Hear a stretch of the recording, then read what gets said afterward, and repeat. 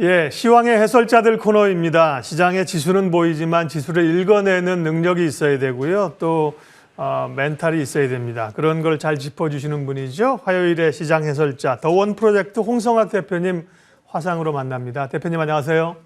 네, 반갑습니다. 안녕하세요. 네, 어려운 1호를 지나가고 있습니다. 오늘 어떤 얘기를 네. 중심으로 할까 주제부터 좀 정리를 했는데요. 잠깐 좀 네네. 볼게요. 예, 단군 이래 최대 IPO 대여 LG 엔솔은 월척일까? 맨날 단군 이래래요. 우리는 뭐 건설도 그렇고 무슨 뭐 횡령 있어도 그렇고 뭐 IPO도 맨날 단군님이 보시면 좀 왜 이렇게 날 팔아먹나 그러실 것 같은데 홍성학 대표님은 뭐 아시겠지만 우리가 홍 대표님이랑 IPO 뭐 청약할까 말까 이게 아니고요. 그런 수급의 네. 문제들을 어떻게 우리가 이제 대응할까에 관한 생각일 텐데 일단 LG에너지 엔솔이라는 기업 또 상장하면서 적정 가치를 어느 정도로 볼 수 있을까요? 제가 기업을 뭐 평가할 수 있는 능력이 있는 게 아니라서 뭐 예상할 수는 없지만 지금 LG 에너지 솔루션 같은 경우는 일단 전 세계 배터리 2차 전지 배터리 생산 두 번째 큰 회사잖아요. 첫 번째가 이제 중국의 CATL인데 CATL 같은 경우가 성장 시가총액 규모가 한 250조 정도 되는 수준이니까 이 업체인 뭐 LG 엔솔 같은 경우는 시장에서는 다들 100조 정도 예상을 하고 있다라고 얘기를 하고 있는데 일단 상장 후에 100조 정도의 그 시가총액을 유지하는 것은 뭐 그렇게 어려운 일은 아니지 않을까라는 개인적인 생각을 가집니다만은 그래도 어느 정도 시간은 좀 필요할 것이다라고 생각이 들고요. 다만 그 LG 에너지 솔루션이 상장된 부분들에 대한 수혜가 실제 우리 예전 LG 화학을 가지고 계시던 분들한테 돌아가야 되는 부분인데 그럼에도 불구하고 이게 물적 분할을 통해서 기존 LG 화학 주주들한테 아무런 혜택이 가지 못했다는 부분들은 사실 되게 좀 생각을 좀 해봐야 되는 부분들이 아닌가라는 생각을 개인적으로는 가집니다. 일단 LG 에너지 솔루션이 이번에 상장을 하고 좋은 주가를 유지해 준다면 시장 전체적으로도 우리 시장의 볼륨도 확대되는 것이고 사실 많은 기업들, 큰 기업들이 상장해서 우리 시장 전체의 볼륨이 커진다면 선진국 시장으로도 들어갈 수 있는 또 하나의 그 기반을 마련한다는 측면에서는 나쁘지 않다라고 개인적으로 생각을 하고 있습니다만 부정적인 부분들도 상당히 많죠, 사실은. 예. 말씀하신 것처럼 우리는 법적으로 물적 분할했는데 이렇게 얘기하면 큰 오산인 거죠. 네, 투자자들의 신뢰와 함께 생각해 볼 문제이고요. 자, 이제 우리는 수급 측면에서 좀 고민을 합니다. 어쨌든 간에 전체 이 포션이나 이런 기관들 이런 것 때문에 지금 2차 전지도 그렇고 전체적인 시장 수급이 지금 눌려 있는 상황인데요. 수급의 블랙홀이 되는 상황일 텐데 이 부분을 어떻게 좀 읽고 대응을 해야 될까요, 시기적으로?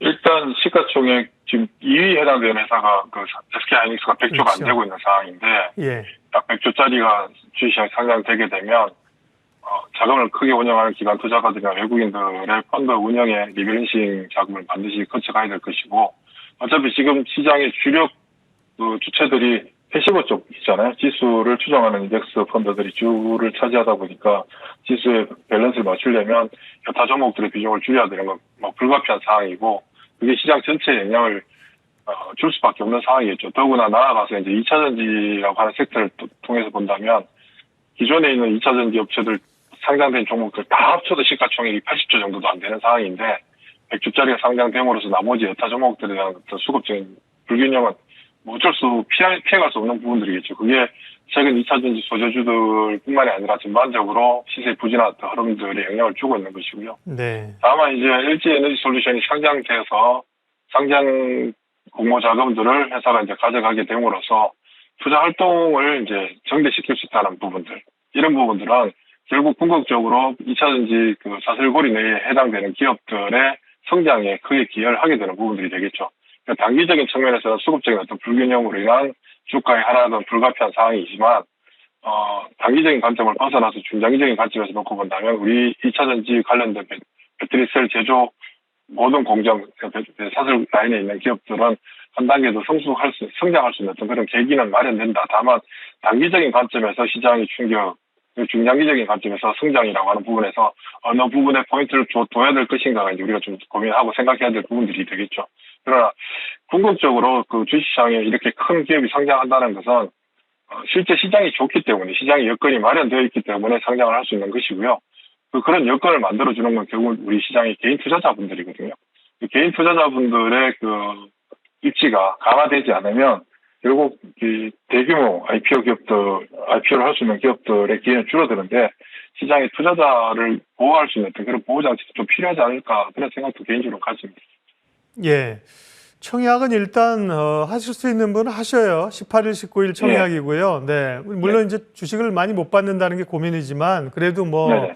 쏠쏠한 뭐 어느 정도 청약하면 하실 수 있으니까 하시고 대표 네네. 주관사가 KB인데 KB 말고도 한 6개인가 7개 되니까 하실 수 있을 것 같고요. 말씀하신 네네. 것처럼 기존의 LG화 그러면 주주들에게 물적 분할할 때 이 LG 엔솔 주식을 좀 우선 청약할 수 있는 권한을 좀 준다든지 그렇죠. 그렇죠. 최소한의 뭐 그런 게 좀 필요했었는데 예, 좀 네네. 안타까워요. 그러면 네. 대표님 그 2차 전지 얘기 나온 길에 이제 1월 예. 27일 날 상장하고 나면 LG 엔솔은 뭐 상장할 때 주식을 원하는 만큼 못 받으니까 LG 엔솔 사실 네네. 분들은 상장하고 노리면 좋겠고 LG 엔솔이 들어온 다음에 2차 전지에 대한 전체적인 전략은 어떻게 가져가는 게 좋아요? 2차 전지 쪽은 지금 현재 그 지난해 사실 이제 소재 쪽 굉장히 큰 주가 상승을 가져왔고요. 이 그렇죠. 부분은 아무래도 실제 기업들의 실적도 굉장히 점프하는 모습도 보여줬지만 그 실적에 비해서 주가의 레이팅이 좀 더 크게 나타났던 부분들은 2차 전지 산업 자체에 대한 어떤 기대감이 크게 작용했다라고 볼 수 있고요.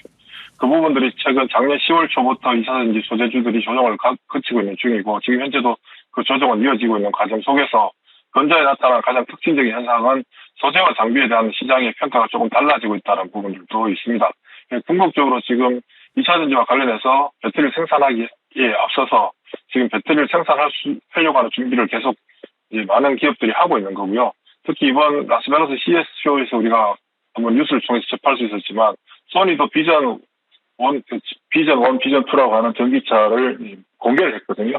그리고 LG전자도 마찬가지고. 그러니까 우리가 그동안 자동차에서 가장 중요했던 게 엔진과 미션이라고 하는 동력 장치인데 이 부분을 제외하고 나면 실제 전기를 만지는 기업들, 전자제품을 만드는 기업들은 전기차를 생산할 수 있는 어떤 그런 상태가 만들어져 있기 때문에 전기차를 생산하는 업체들은 정말 엄청난 치열한 경쟁을 거쳐야 되는 어떤 과정이겠지만 경쟁 업체들이 많아진다는 완성차를 생산하는 경쟁 업체들이 많아진다는 것은 반대로 배터리를 공급하는 입장에서는 굉장히 그보다 더 좋을 수 없는 상황이고 특히 작년에 우리 테슬라가 예상하기로는 70만 대 정도 수준의 차를 판매할 것이다라고 예상을 했었는데 예상을 뛰어넘고 93만 대를 판매했고 올해 100만 대 예상했는데 200만 대 정도 판매한다고 얘기를 하고 있듯이 전기차가 이제 본격적으로 개화되는 시기이기 때문에 지금부터는 단순히 기대감만에 의한 어떤 주가의 리리팅 현상이 나타나기보다는 실증적인 실적이 이제 어느 정도 뒷받침되어 주는지 그게 이제 확인되게 되면 주가가 또다시 레벨업 될 거라고 보이시고요.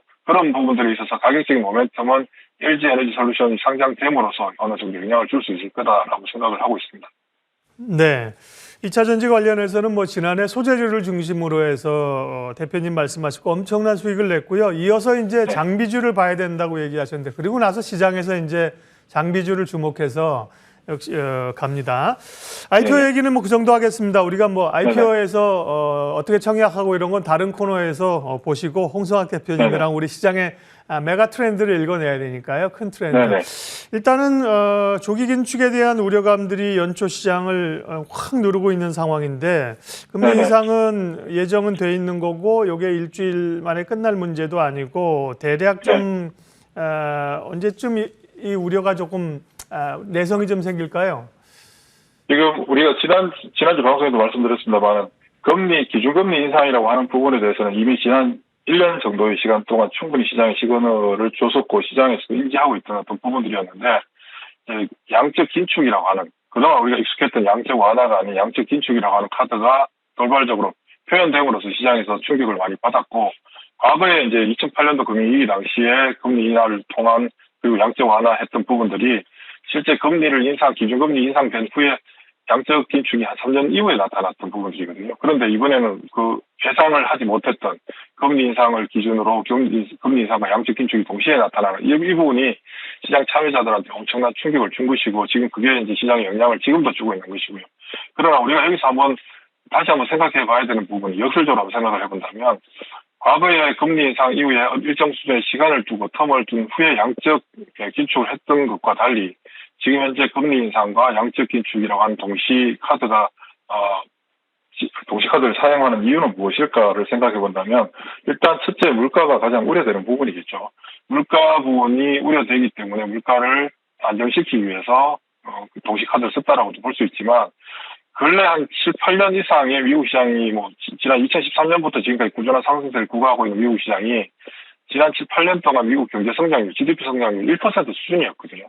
많을 때 1.5%, 2% 정도 올라가는 상황이었는데 지난해 미국의 GDP 성장률이 4% 이상 높아진 그런 상황들. 그러니까 경제 현황들이 지금 우리가 생각하는 것보다 훨씬 더 초호황을 누리고 있는 그런 부분들까지도 감안해야 된다. 그래서 오히려 역설적으로 금리 인상과 양적 긴축이 동시에 진행되는 부분들은 더 이상 시장 참여자들에게 유동성에 대한 기대를 갖지 말아라. 그러니까 지난 1년 동안 금리 인상한다, 테이퍼링 조기 실행한다라고 얘기할 때마다 시장에서는 설마 하겠느냐, 아니면 좀 더 미뤄지지 않겠느냐, 고용지표가 악화됐으면 좋겠다. 사실 고용지표가 악화되는 것보다는 고용지표가 개선돼야 되는데도 불구하고 시장에서는 경제의 우호적인 어떤 지표들이 우호적으로 표현될 때 시장은 불쾌감을 표현했던 어떤 부분들에 대해서 이제 시장이 명확하게 시장의 본질이 무엇인가에 대한 어떤 고민과 생각을 해야 되는 어떤 그런 시점이라는 거죠. 그리고 특히 미국 연준에서는 이번에 금리 인상, 조기 금리 인상과 양적 긴축을 동시에 발표한 것은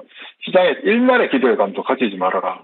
유동성에 대한 일말의 기대감도 가지지 말아라는 얘기고, 그로 인해서 시장 참여자들도 이제는 이 부분에 대한 충격은 어차피 거쳐가야 되는 과정이지만 이 충격이 어제 미국 시장도 장중에 나스닥이 한 2% 정도 빠졌다가 종가에 플러스 전환되듯이 어느 정도 인지되고 있는 상황이고, 이때부터 이제 시장 참여자들은 시장을 바라보는 관점이 달라지겠죠.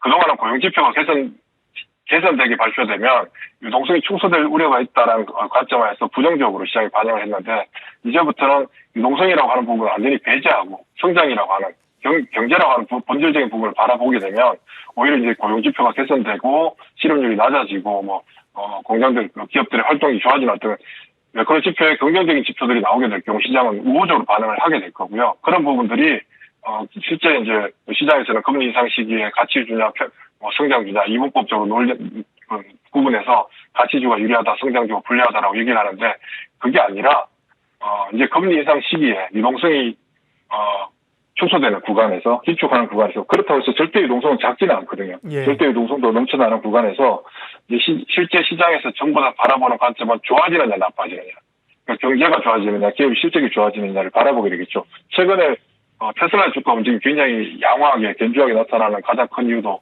앨런 머스크 대주주가 엄청난 지분을 매도하고 있음에도 불구하고 주가가 굉장히 탄력적으로 버텨주고 올라가주는 이유는 금리 인상이라고 하는 부분들을 억누를 수 있고 압박할 수 있는 만큼의 놀라운 실적을 보여주기 때문에 나타나는 현상이거든요. 그러니까 시장에 있는 시장 참여자들, 시장은 이제 앞으로 실적이 좋아지느냐 좋아지지 않느냐, 이 부분이 가장 중요한 요소로 예. 작용을 하게 될 것입니다. 그 부분을 우리가 더 신경 쓰고 봐야 되겠죠. 시장에 대한 뷰는 들었고요. 이제 활용점정, 점을 찍겠습니다. 네. 홍상학 대표님이 눈여겨보는 쪽. 그러니까 워낙 이제 가치 쪽보다는 성장 쪽에서 기회를 찾아야 된다는 시각이신 걸로 저는 알고 있고요. 금리 네네. 인상에도 불구하고 그 환경을 이길 수 있는 성장하는 기업은 어디냐, 섹터는 어디냐, 네. 섹터나 관심 종목 좀 얘기해 주십시오. 어차피 지금 현재 우리나라 상장되어 있는 기업들에 대해서 앞으로 12개월 예상 EPS 증가율 제도 애널리스트들 기업 리서치 센터에서 나온 자료를 보더라도 가장 유리한 쪽은 삼성전자를 중심으로 한 IT 하드웨어 쪽이고요. 그리고 지금 이번 라스베가스 CS 쇼에서 우리가 확인할 수 있었듯이 굉장히 빠른 속도의 어떤 세상의 변화가 나타나고 있고, 이 부분에서 가장 중심적인 역할을 하는 쪽은 결국은 IT 하드웨어인 거죠. 물론 이제 우리가 디지털 컨텐츠 쪽이 상당히 좀 약하긴 부분이 있습니다만은 궁극적으로 이들 기업들의 실적들이 개선될 수 있는 환경을 조성하고 있고, 오늘 최근에 11월 중순 이후부터 사실 삼성전자의 주가는 묶여있는 상황이지만 외국인들은 삼성전자를 지속적으로 매수를 해가고 있는 이유는 무엇일까? 단순히 지수를 추종하는 어떤 패시브 쪽 자금들만의 움직임일까라고 생각한다면 그건 아니라고 보이시고요. 삼성전자가 개선되는 실적에도 불구하고 주가는 굉장히 제한적인 어떤 움직임 하에 놓여있기 때문에, 그리고 최근에 성장주들의 타격, 미국 시장에서도 성장주의 타격, 우리 시장에서도 작년 하반기에 많이 올랐던 게임주들, 미디어 관련주들, 2차전지 관련주들, 이런 종목들이 가격이 타격을 받고 있는데, 단순히 이게 성장주라는 이유만으로 타격을 받고 있고, 지금 오늘은 바이오주들, 그동안 움직이지 않았던 바이오주들도 움직여주고 있고, 조선주, 철강금속, 기계 쪽에 산업재들도 움직여주는 이유가 얘네들이 가치 주고 얘네들이 성장 주기 때문에 성장주는 빠지고 가치 주고 올라오는 것이 아니라 작년 하반기에 시장보다 월등히 올랐던 종목들은 올랐던 부분에 대한 반작용이 시장에서 나타나고 있는 것일 뿐이고 시장이 불안함에도 불구하고 제약바이오 같은 경우나 지금 산업재 쪽의 종목들의 움직임이 미비한 이유는 급하게 팔아야 될 사람들, 물려있는 사람들, 장기간에 물려있어서 지금 당장 급하게 팔아야 될 사람들이 없기 때문에 나타나는 현상이라고 볼 수 있거든요. 그렇다면 투자의 기회를 찾을 수 있는 어떤 기회는 무엇이냐면 성장주라는 이유 그리고 그런 금리 인상이라고 하는 시기에 성장주가 불리하다는 이유만으로 단기간에 주가 하락폭이 굉장히 크게 나타나고 있죠. 그러니까 작년 하반기 좋았던 종목들도 지금 작년 하반기부터 올 1월달 들어서 며칠 안 되는 사이에 주가 하락폭이 많게는 40%, 30%씩 빠진 종목들이 굉장히 많이 발생하고 있다는 것은 오히려 이들 기업들에게 대해서 이들 기업들이 밀리는 거에 뭐 저가면서 물타기 하면 안 되겠지만 시장이 다시 방향을 잡고 삼성전자 자리를 잡아주고 하이닉스가 붙어주고 DB하이텍이나 삼성전기 오늘도 삼성전기도 움직임이 굉장히 좋습니다만 IT 하드웨어들을 전반적으로 붙여주게 되면 지금 단기간 내 가격이 충격을 받고 있는 종목들이 또다시 자리를 잡아서 움직일 가능성이 굉장히 커지게 되거든요. 그러니까 이런 부분들에 대한 기회를 오히려 작년에 발생했던 그 기회, 주가 움직임의 기회에 참여하지 못했던 분들한테는 새롭게 진입할 수 있는 기회의 장을 마련해주고 있다. 그렇게 생각할 수 있을 것 같습니다. 과거에 이제 2차 전지도 그렇지 않았습니까? 처음에 성장하다가 상당히 조정받을 때 아마 일정 부분 수익을 보고 파신 분들은 이후에 엄청난 상승을 아마 놓쳤을 텐데 다만 지금 말씀하신 IT 하드웨어나 성장주 단이 단기적으로 밀려가고 있어 악재가 있어서요. 이거 좀 서둘러 사야 되느냐 아니면 조금 타이밍을 봐야 되느냐 이런 고민이 있는데. 급하게 막 지금 당장 제가 주식을 해보니까 항상 오늘 안 사면 안 될 것 같은데 보면 그 다음날 항상 기회가 있더라고요. 네. 지금 전체적으로 흘러가는 양상들 보면 금리 하락하던 구간에서 금리가 상승하는 구간으로 넘어가고 양적 완화하던 구간에서 양적 길축을 하는 구간으로 전환되는 전환기에 놓여 있잖아요. 이런 시기에 주가의 어떤 변화가 하루 이틀 만에 나타나는 게 아니라 보통 2, 3개월 이상 어떤 시간의 텀을 두고 진행되는 부분도 있습니다. 그래서 우리 시장을 놓고 본다면 지금 현재 1월 이제 중순으로 넘어가고 있는데 1월, 2월은 지나가야 될 것 같습니다. 1월, 2월 사이에 어느 정도 시세에 충격을 주고 다져가는 시간들 2월 정도 지나고 나면 3월부터 자리를 완전히 잡아서 시장의 형태가 지금과 완전히 달라지는 그런 흐름으로 발전할 것 같거든요. 그러니까 지금 충분히 내가 가진 내 계좌의 포지션을 잘 정리해서 세팅할 수 있는 기회는 시간적으로 여유가 좀 있다고 보입니다. 예, 화요일 시장의 해설자들 더원 프로젝트 홍성학 대표님과 함께했습니다. 대표님 고맙습니다. 예, 고맙습니다.